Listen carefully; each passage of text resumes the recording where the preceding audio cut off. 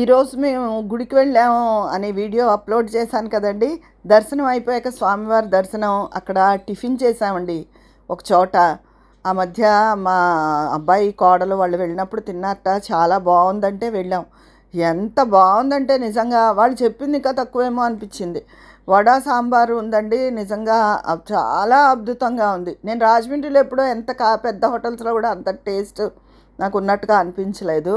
వడ సాంబారు ఇడ్లీ పుణుకులు అవి వీళ్ళు తిన్నారు. నేనైతే వడ సాంబార్ తిన్నాను, చాలా బాగుంది. అది ఒక పెంకుటిల్లు, చాలా రష్గా ఉంది, అందరూ వచ్చి అక్కడ తింటున్నారనమాట. చాలా బాగా చేశారు వాళ్ళు. మీరు కూడా వెళ్ళినప్పుడు స్వామివారి దర్శనం చేసుకున్నాక అక్కడ తప్పకుండా టిఫిన్ చేయండి. మరి ఉంటాను, మీ విజయ పన్నాల.